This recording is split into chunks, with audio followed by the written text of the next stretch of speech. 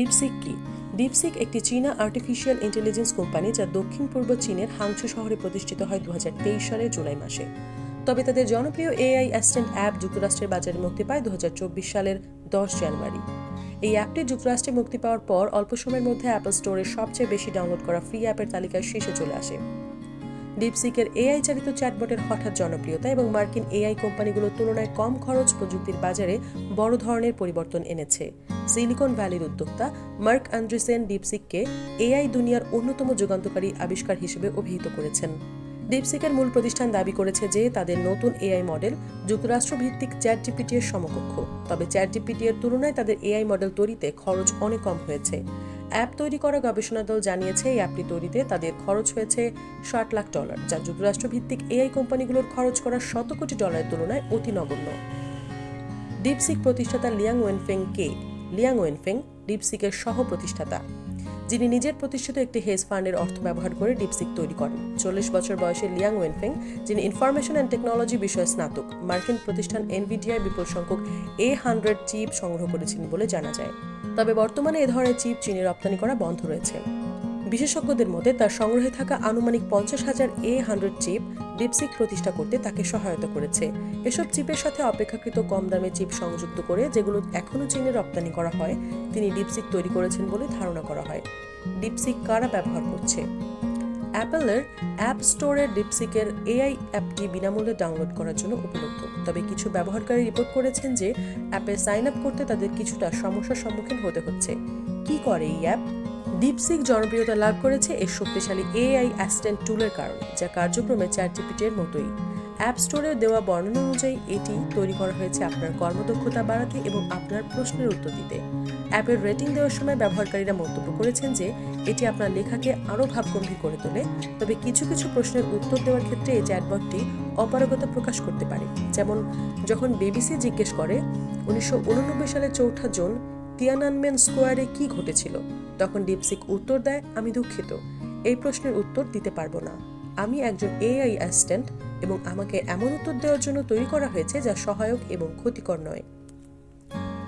এটি নির্দেশ করে যে চীনা প্রতিষ্ঠানের মালিকানাধীন অ্যাপ হওয়ায় চীন যেসব বিষয়কে রাজনৈতিকভাবে সংবেদনশীল মনে করে সেগুলোর বিষয়ে প্রশ্নের উত্তর দিতে এই এআই চ্যাটবট শতভাগ সঠিক নাও হতে পারে। এনভিডিআর মতো মার্কিন কোম্পানি কেন ক্ষতিগ্রস্ত হচ্ছে? বলা হচ্ছে যুক্তরাষ্ট্রভিত্তিক এআই অ্যাপগুলো তৈরি করতে যে পরিমাণ খরচ হয়েছে ডিপসিক তৈরি করতে তা অনেক কম।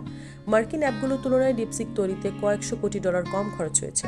খরচের এই বিশাল পার্থক্যের কারণে এআই বাজারে যুক্তরাষ্ট্রের আধিপত্য বজায় থাকবে কিনা তা নিয়ে প্রশ্ন উঠেছে। ডিপসিকের অ্যাপ তৈরিতে কম খরচ হওয়ার বিষয়টি 27 জানুয়ারি পুঁজিবাজারে ব্যাপক পরিবর্তন এনে দিয়েছে। বিশ্বের বিভিন্ন স্থানে চিপ তৈরিকারক প্রতিষ্ঠান এবং ডেটা সেন্টারের মতো কোম্পানির শেয়ারগুলোতে বড় ধরনের ওঠানামা ঘটেছে। এর মধ্যে সবচেয়ে বেশি ক্ষতিগ্রস্ত হয়েছে যুক্তরাষ্ট্রভিত্তিক প্রতিষ্ঠান এনভিডিয়া, যারা এআই পরিচালনার জন্য শক্তিশালী চিপ তৈরি করে থাকে। এনভিডিয়ার বাজার মূল্য একদিনে কমেছে $60,000 কোটি, যা যুক্তরাষ্ট্রের ইতিহাসে একদিনে কোনো কোম্পানির জন্য সর্বোচ্চ ক্ষতি। এতদিন বাজার মূলধনের দিক দিয়ে বিশ্বের সবচেয়ে মূল্যবান প্রতিষ্ঠান ছিল এনভিডিয়া। তবে তাদের বাজার মূল্য $3.5 ট্রিলিয়ন থেকে $2.9 ট্রিলিয়ন নেমে আসায় তারা মাইক্রোসফট ও অ্যাপলের পর তৃতীয় স্থানে চলে এসেছে। ডিপসিক তাদের এআই এর জন্য এনভিডিয়ার তুলনায় অনেক কম দামি এবং কম জটিল প্রযুক্তি ব্যবহার করেছে। ডিপসিকের সাম্প্রতিক সাফল্য বিশ্বের শীর্ষ এআই চিপ প্রস্তুতকারী প্রতিষ্ঠানগুলোকে নতুন এক বাস্তবতার মুখোমুখি করেছে।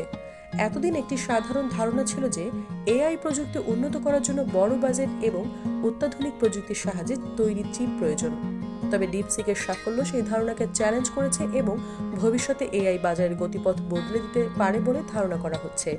ডিপসিকের সাফল্যে আতঙ্কিত হয়ে পড়েছে এনভিডিআর শেয়ার, 4% কমেছে যখন ট্রাম্প চীনকে চিপ বিক্রির উপর বিধিনিষেধ আরোপের কথা বলেছেন। সাবেক প্রেসিডেন্ট ডোনাল্ড ট্রাম্প একটি হাউস রিপাবলিকান রিট্রিটে মন্তব্য করেছিলেন যে এআই মডেলগুলোর উত্থান একটি ইতিবাচক উন্নয়ন, তবে এটি মার্কিন শিল্পের জন্য একটি জাগরণ হিসেবে বিবেচিত হওয়া উচিত। তিনি এমন পদক্ষেপের প্রশংসা করেছেন যা তিনি আশা করেন ভবিষ্যতে আরও নতুন সূচনা ঘটাবে, এবং তিনি বলেছিলেন এআই এর দ্রুততর এবং অনেক কম ব্যয়বহুল পদ্ধতি নিয়ে আসছে। ডিপসিক জানিয়েছে যে এটি ব্যবহারকারী তথ্য চীনের সার্ভারগুলিতে সঞ্চয় করে, যা মার্কিন যুক্তরাষ্ট্রে গ্রহণের ক্ষেত্রে একটি বড় বাধা সৃষ্টি করতে পারে।